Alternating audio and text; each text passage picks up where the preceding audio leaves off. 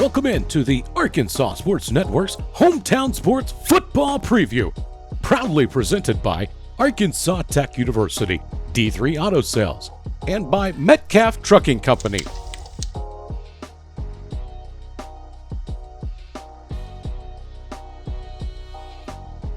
Today we sit down with East Poinsett County Warriors head coach Brandon Powell.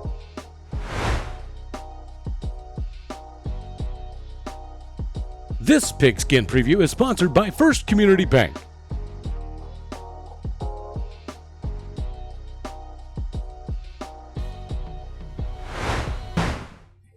Hello everyone and welcome into the Hometown Sports Arkansas Football Preseason Preview presented to you by the Arkansas Sports Network. Alex Gallion alongside me is the head football coach for the East Poinsett County Warriors, Coach Powell. Coach, thank you so much for taking the time out of your, really afternoon to be a part of this ASN interview, man. Let's just go ahead and get right into this. What can you tell us about East Poinsett County last season? One of the best seasons we've had in school history. Yeah, you guys were very, very powerful last year. You know, we made our first state championship game, and it was really exciting for the community.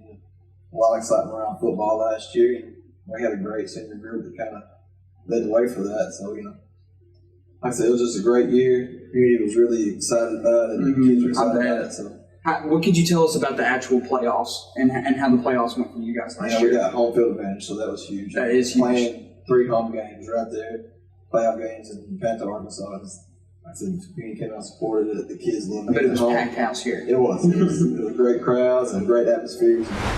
We beat Carlisle in the semifinals, and all the people on the field after that game was just, it was an awesome moment for this town and this school and this community. So, so you're telling me they stormed the field? We had a bunch of people come in. After the kids shook hands. Yeah. That's awesome, though. You love to see that. People hung around for an hour. That's awesome. It was nice. It was cool. How did that state championship game go for you guys? You know, it's a whole new experience. You know? Yes. Those kids being on that kind of stadium, playing 2A football. Your routine gets changed up a little bit, so those were all adjustments. But you know, the kids took it in, and I thought they played well. We just ran into a big little team that was playing really good football, and they had good depth and good size, and they outplayed us a little bit that day. I couldn't imagine playing, for a small school like this in small stadiums like this, and then having to go to the state championship and play at War Memorial. I thought that's an incredible feeling. It was a really big adjustment. Mm-hmm. I mean, even with coaches on the headset, coaches being really high up, and they're used to being close to the field in the stadium. The kids just having all that space around them. It's a very neat experience. Every coach should get an opportunity to experience that at least once. You talked about the community. How did the community really feel about that going to the state championship, and just how big was that for this small town? Man, everybody's so excited about it. We had a ton of support. People were trying to nominate and feed the kids. They were there 100%. It was a big deal to them too, just as much as it was us. You talked about you had a big senior class last year and an amazing senior class. I want to talk about some of the returning players from last season.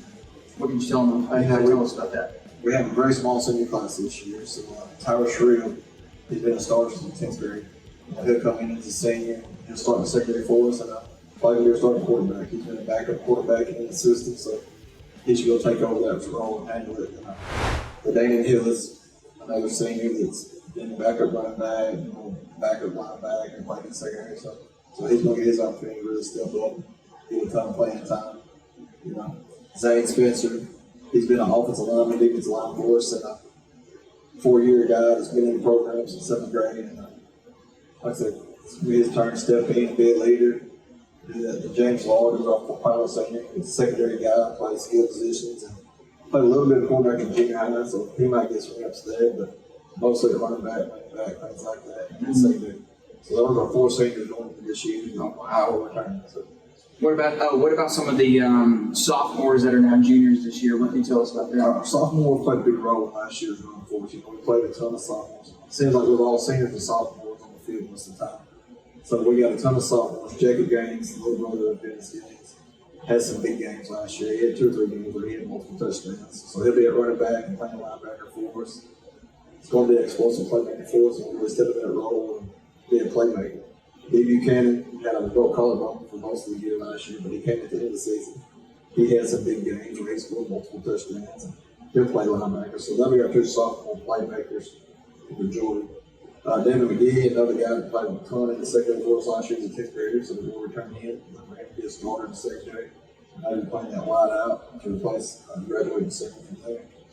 Then the offensive line, the defensive line, those guys, everybody plays one plays in two-man football. So, we got Eli Black, the kid played quarterback at junior high, was back at quarterback game last year, and transitioned down the offensive line. So, Oh, wow.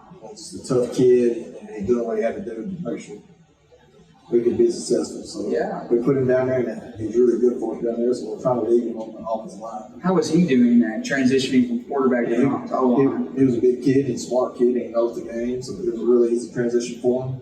We had a couple of key injuries last year. We got down lineman.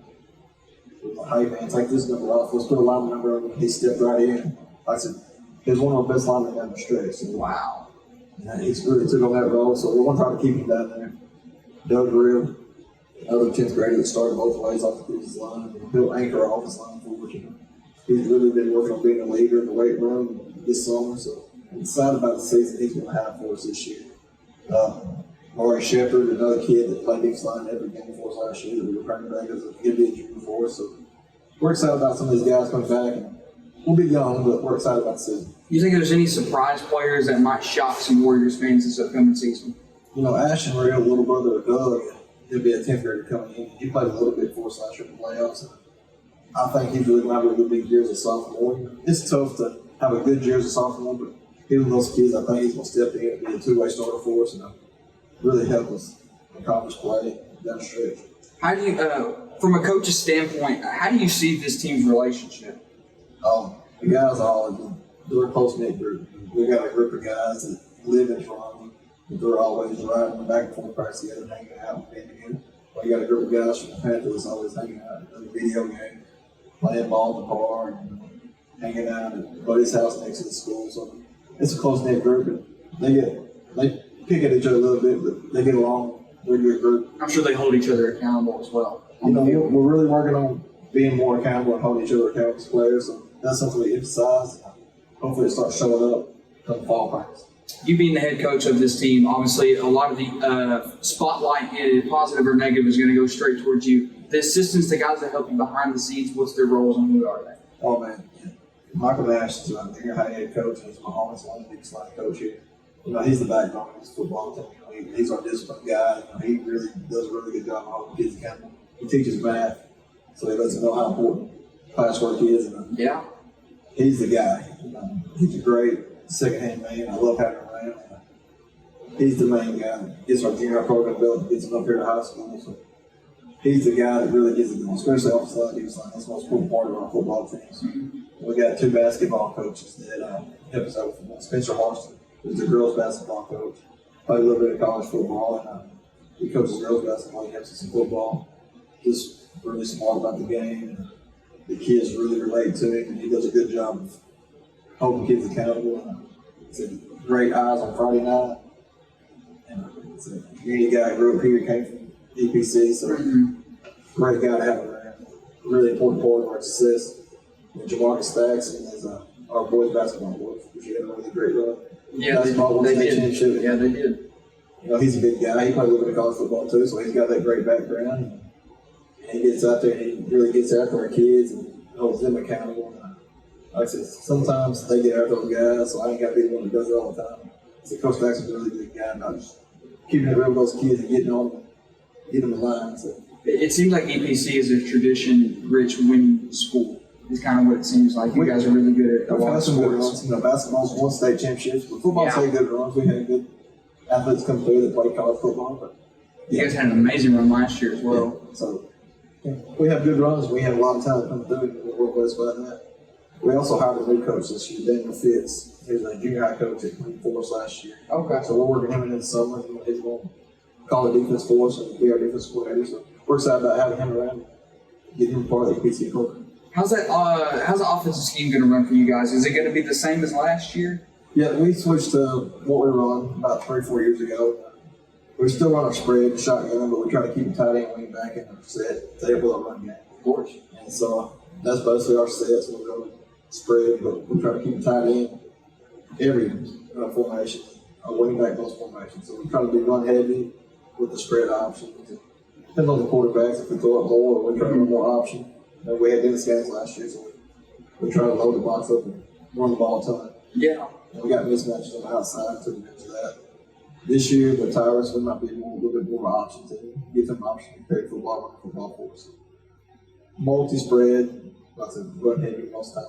What can you tell us about the defensive side of the ball? Defensively, we try to be multiple. We play flexible teams and we play straight spread teams, so we kind of switch the whole base out of the forefront. Try to keep our defensive linemen on the field. Try to hit those linebackers out.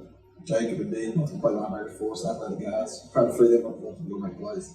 Are you guys going to do a scrimmage game in the beginning of the season? We'll scrimmage Harrisburg. Harrisburg. The season. We'll Okay. do junior high and senior high on the same night. So typically it's really Chris, but we'll switch up a little bit this year, so we'll go to Harrisburg and scrimmage then. Harrisburg. August 22nd. Yeah, Harrisburg's coming off a pretty rough season last year, but they are looking more impressive this upcoming season. Do you think? What do you think can happen in that game, possibly? We're gonna learn our base stuff and kind of see what we got.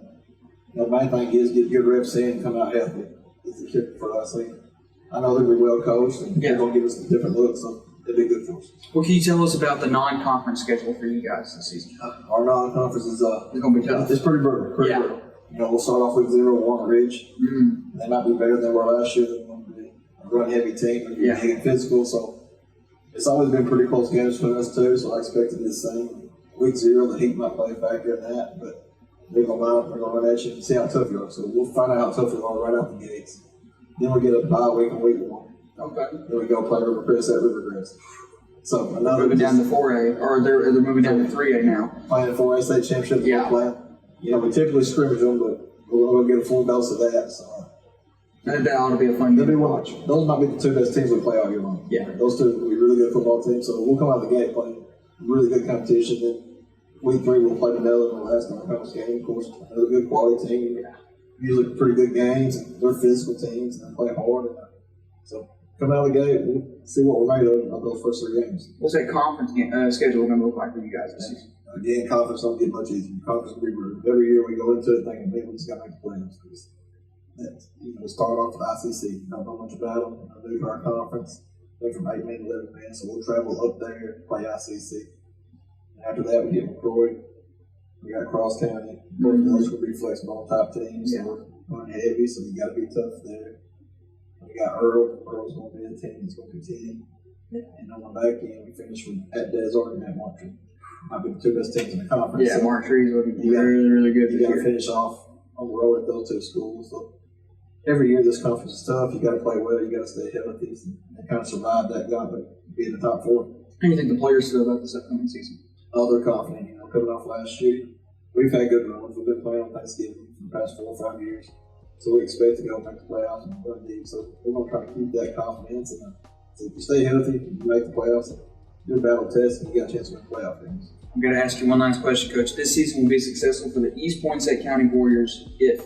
We're going to grow up fast. We're young. So, new quarterback play is going to be huge for us. But even though we're young in offensive line, I think we can be good up front. So,